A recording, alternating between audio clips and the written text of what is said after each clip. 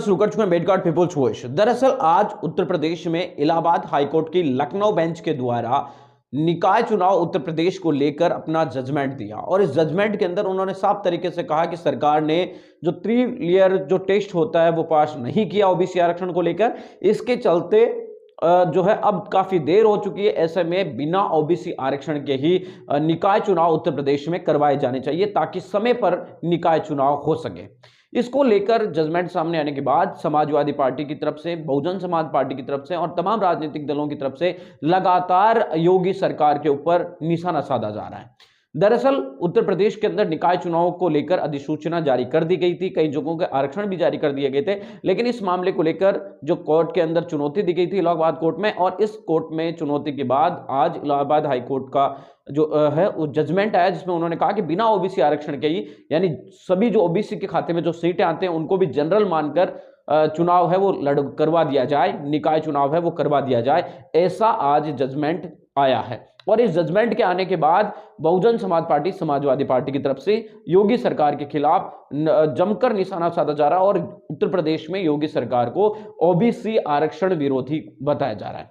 दरअसल आज बहुजन समाज पार्टी के अध्यक्ष मायावती जी के द्वारा ट्विटर के माध्यम से ट्वीट किया और उन्होंने कहा कि योगी सरकार आरक्षण विरोधी तो है ही, भाजपा जो है आरक्षण की, पिछड़ा वर्ग आरक्षण की भी विरोधी है। उसकी आज जो मानसिकता है वो सामने आ चुकी है और उसी मानसिकता के चलते हाईकोर्ट में इस तरीके का जजमेंट है। उन्होंने कहा कि हाईकोर्ट के अंदर ये तमाम चीजें आती है, उससे पहले ही अगर उत्तर प्रदेश की सरकार ओबीसी आरक्षण को लागू करने के लिए सुप्रीम कोर्ट का जो नियम थे उनको पालना करती, समय पर उनको करती और उसके बाद चुनाव करवाने की सोचती तो अच्छा रहता। वहीं अखिलेश यादव ने कहा कि बहुजन समाज, जो भारतीय जनता पार्टी है वो भारतीय जनता पार्टी बाबा साहब डॉक्टर अंबेडकर के आरक्षण की विरोधी है। बाबा साहब अंबेडकर के द्वारा जो प्रदत्त अधिकार है उनको खत्म करने की कोशिश की जा रही है। क्या कुछ अखिलेश यादव कह रहे हैं कि हमारा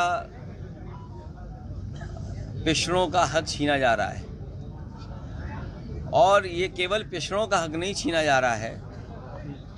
भारतीय जनता पार्टी सत्ता में रही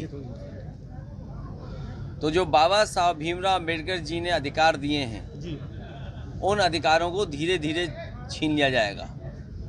अभी कुछ चीज़ें दिखाई दे रही हैं और कुछ चीज़ें नहीं दिखाई दे रही हैं। भारतीय जनता पार्टी हमेशा आरक्षण विरोधी काम किए उसने।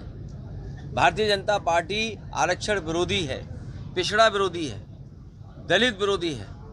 इन्हें संविधान की किसी भी व्यवस्था से कोई मतलब नहीं है। जो बाबा साहब भीमराव अम्बेडकर जी ने अधिकार दिए थे उन